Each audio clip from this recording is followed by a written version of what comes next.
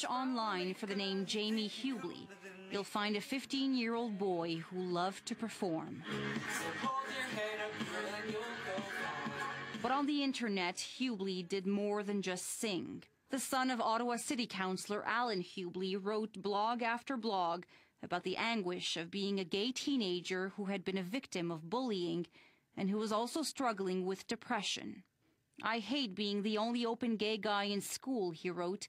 "It sucks. I really want to end it." Over the past few weeks, his open diary became increasingly detailed and heartbreaking. "I've been on 4 different antidepressants. None of them worked. How long is this going to last? People said it gets better.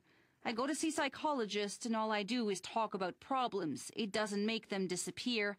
I give up." Last Friday, Hubley gave up for good. His final words: "I'm tired of life, really. It's so hard. I'm sorry. I can't take it anymore." Today is school in mourning and so many questions. Among them, how did all those blogs go unnoticed? I think it's impossible to monitor every type of technology that youth use today. And then there is the ongoing bullying epidemic. A gay counseling group won't solve that, but straight people can, by being more respectful. Hubley was a big fan of the hit TV show Glee and its message of tolerance. But being gay, he said, was 1,000 times harder in real life. In his last posting, he also said he did not blame his parents. And in a statement today, the Hubleys said they don't believe bullying was the only reason for his suicide, but it was definitely a factor. Danielle Hamamjian, CTV News, Ottawa. Greetings. Hello there. It's Jamie. I would like to talk about my day today. Well, today we're doing what's called Class Pass Statement and Reactions. Put a statement and then people rate it and their reason. And my statement was gay marriage should be legal in all 50 states.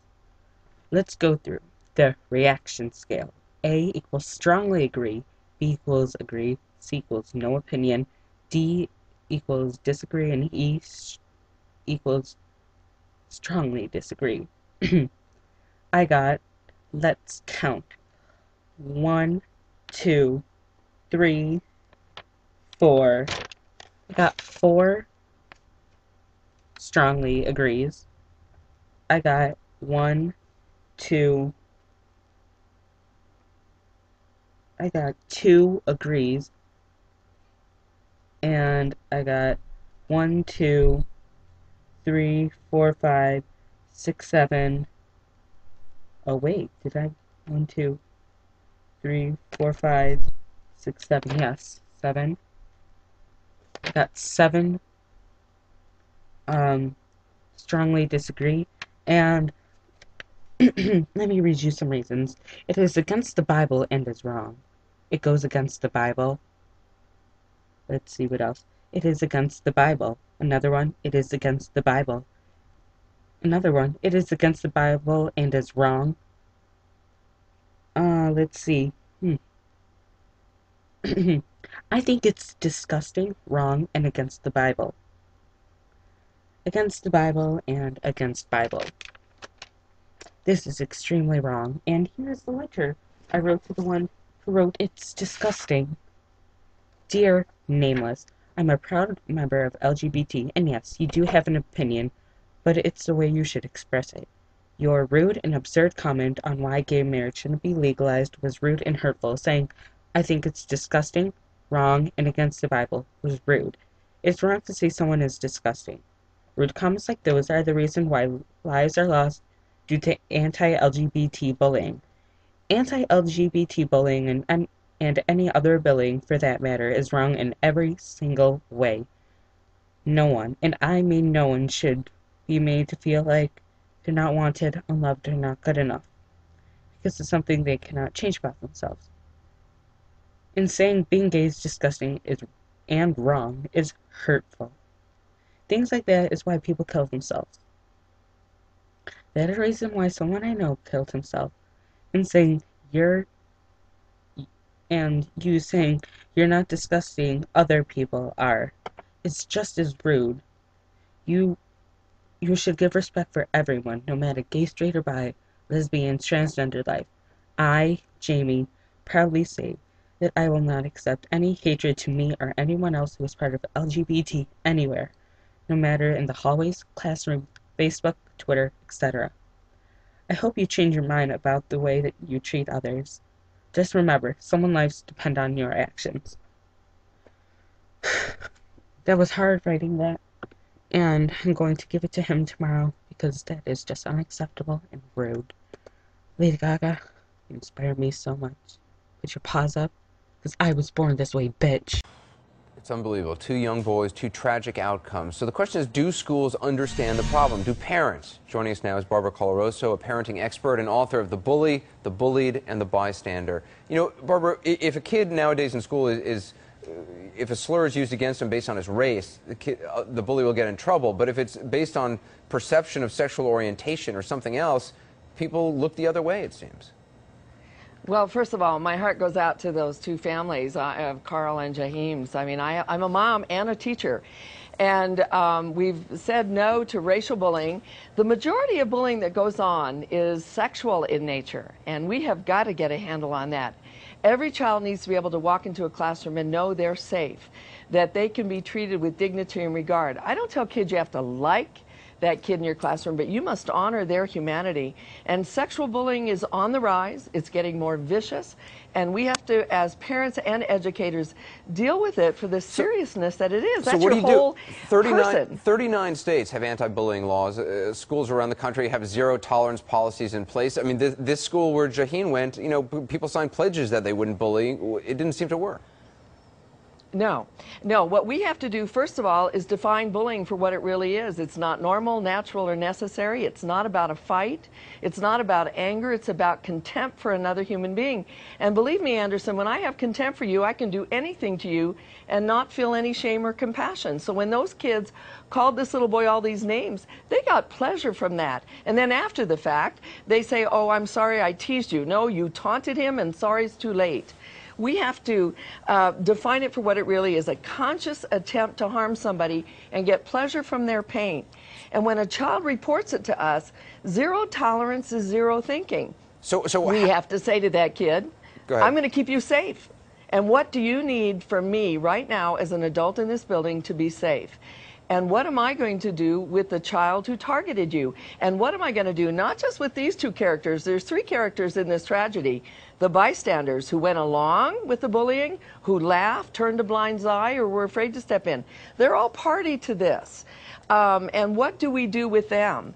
And how can we get a school, not to say I won't bully, but be that kid to stand up and speak out and say, stop that, that's mean. Leave him alone. He's not a bad kid. Your son was being bullied. I guess that's how you sort of first came to this.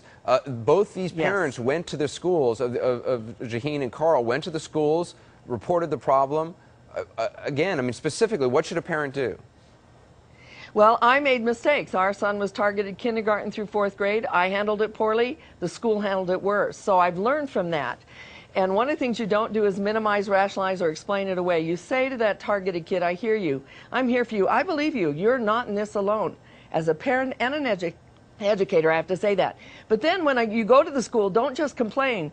You say, this is what has been done to my child. This is the impact it's had on my child's life. And I need to know from you, 1, how you're going to keep him safe or her safe, because girls get targeted relentlessly as well. And what are you going to do to follow the policies that are in place in this school already to make this targeted kid safe and hold the bully accountable? Not just suspension, not, oh, slap his hand and say, don't do that anymore, or we don't do that anymore.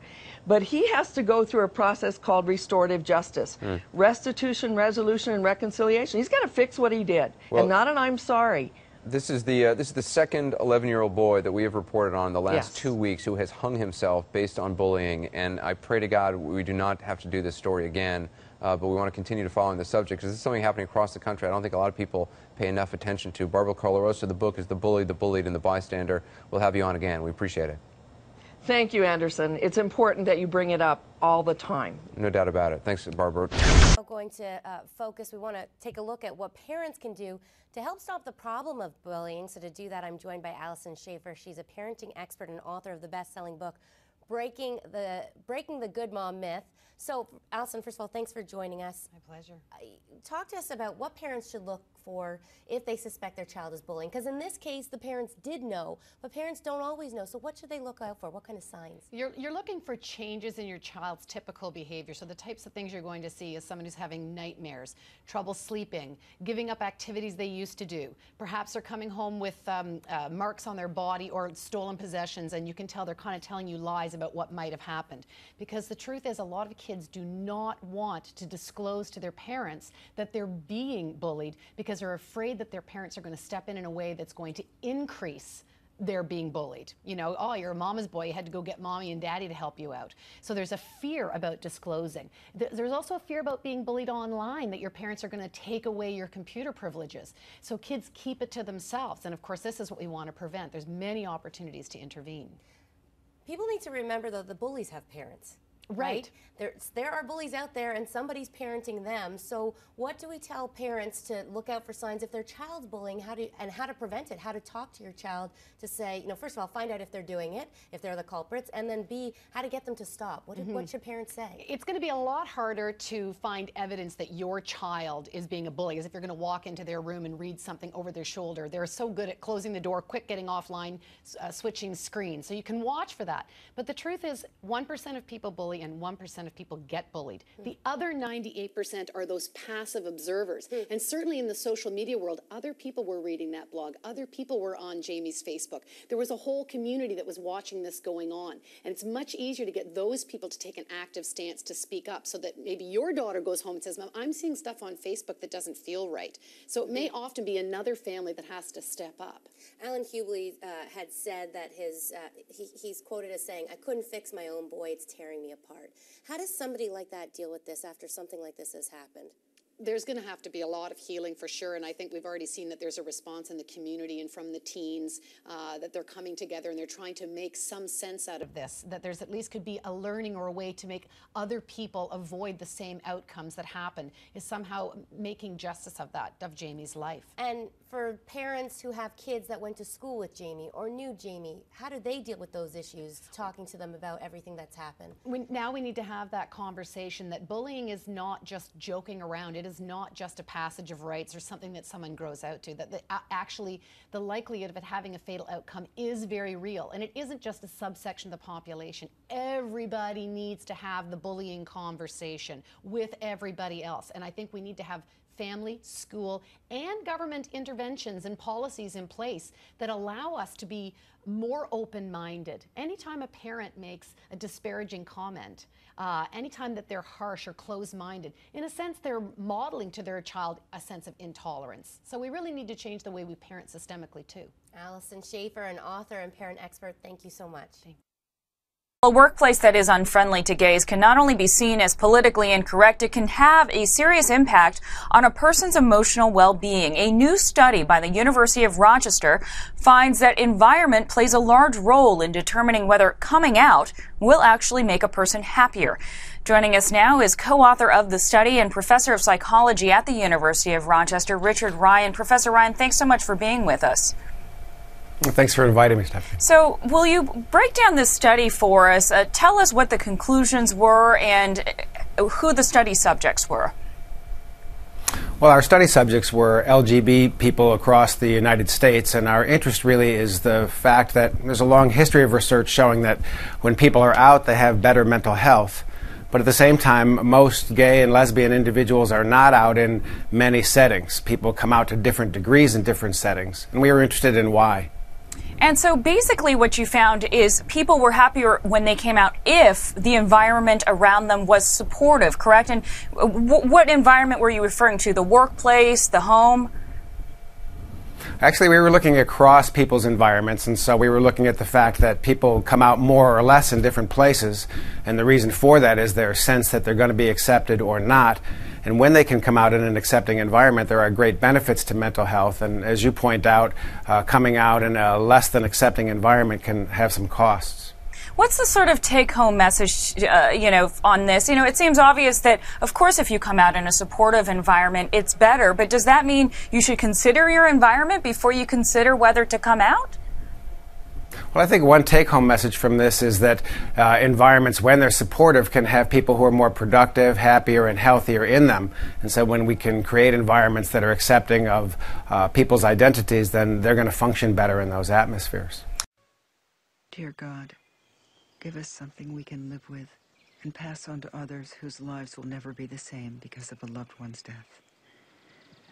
I did not decide on brown eyes for myself. And I now realize that Bobby did not decide to be gay.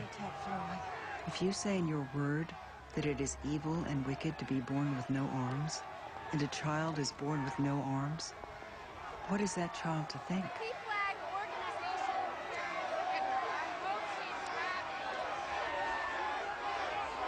Our first order of business is a proposal for a Gay Freedom Day in Walnut Creek.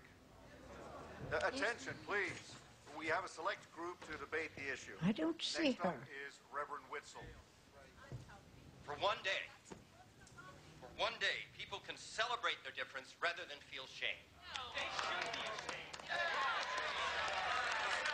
There are so many other people who need our time and our attention. Why are we wasting it on this? All right, let's have some order here, please. They spit in the face of decency and morality. We cannot allow the fabric of our society to be torn apart, right?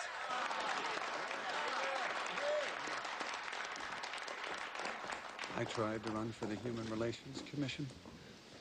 They picked that limp-wristed Witzel instead. I sent him a letter. I said, we sing hymns at our church. What do you do with the hymns at your church? So unless anyone else has anything else to add, we'll adjourn to make our decision. Mary? Hey, Dad! Dad, get in here! Dad, hurry up! Mom's on TV! Homosexuality is a sin. Homosexuals are doomed to spend eternity in hell. If they wanted to change, they could be healed of their evil ways. If they would turn away from temptation, they could be normal again. If only they would try and try harder if it doesn't work. These are all the things I said to my son Bobby when I found out he was gay. When he told me he was homosexual, my world fell apart. I did everything I could to cure him of his sickness. 8 months ago, my son jumped off a bridge and killed himself. I deeply regret my lack of knowledge about gay and lesbian people. I see that everything I was taught and told was bigotry and dehumanizing slander. If I had investigated beyond what I was told, if I just listened to my son when he poured his heart out to me, I would not be standing here today with you, filled with regret. I believe that God was pleased with Bobby's kind and loving spirit. In God's eyes, kindness and love are what it's all about. I didn't know that each time I echoed eternal damnation for gay people, each time I referred to Bobby as sick and perverted and a danger to our children, his self-esteem, his sense of worth were being destroyed. And finally, his spirit broke beyond repair. It was not God's will that Bobby climbed over the side of a freeway overpass and jumped directly into the path of an 18-wheel truck, which killed him instantly. Bobby's death was the direct result of his parents' ignorance and fear of the word gay. He wanted to be a writer. His hopes and dreams should not have been taken from him, but they were. There are children like Bobby sitting in your congregations. Unknown to you, they will be listening as you echo amen. And that will soon silence their prayers to God for understanding and acceptance and for your love. But your hatred and fear and ignorance of the word gay will silence those prayers. So, before you echo amen, in your home and place of worship, think and remember, a child is listening.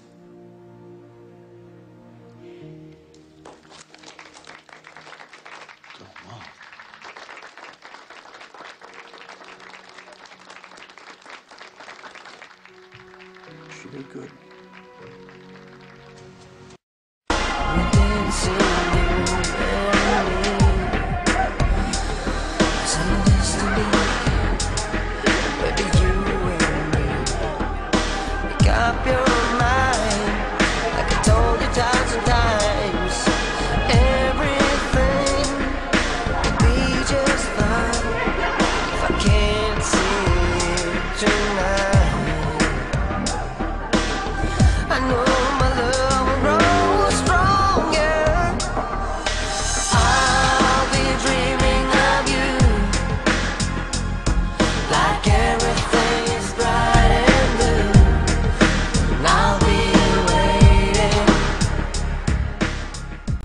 How do you change someone's opinion of the LGBT community? Do you attack them? Do you convert them? Don't ever actually try that. Converting straight guys only works in bad gay romance films.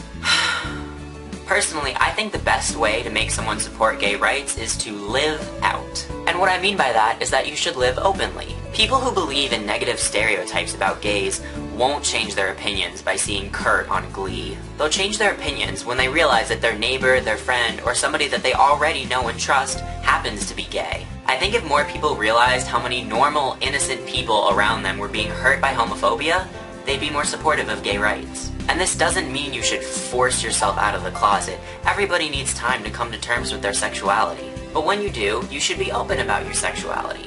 Not crazy, all up in people's faces, shoving it down their throats. Just open. And maybe you'll be able to make LGBT allies out of the people around you. But that's it for now. Thank you so much for watching. Bye. Are we late? Just in time. Just in time. Oh, Jackie, is this everyone? Oh, honey, no. Come with me. We have a special place for you.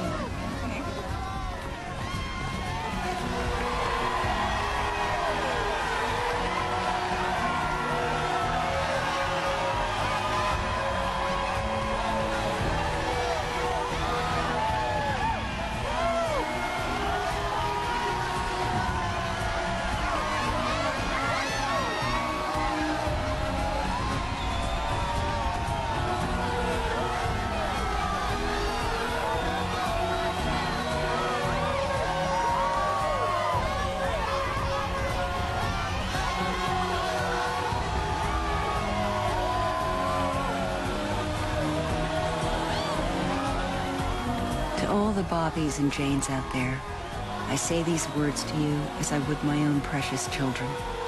Please don't give up hope on life or yourselves. You're very special to me, and I'm working very hard to make this life a better and safer place for you to live in. Promise me you'll keep trying. Bobby gave up on love. I hope you won't. You were always in my thoughts. My name is Bobby Griffith. I write this in hopes that one day, many years from now, I will be able to go back and remember what my life was like when I was a young and confused adolescent, desperately trying to understand myself in the world I live in. Another reason I write this is so long after I die, others may have a chance to read about me and see what my life as a young person was like.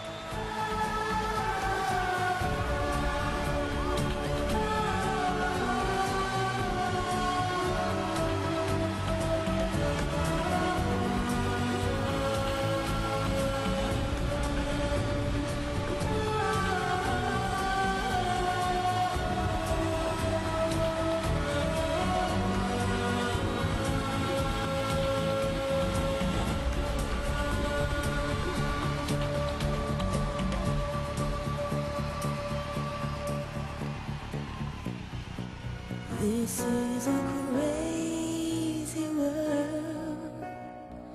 These can be lonely days. It's hard to know who's on your side most of the time.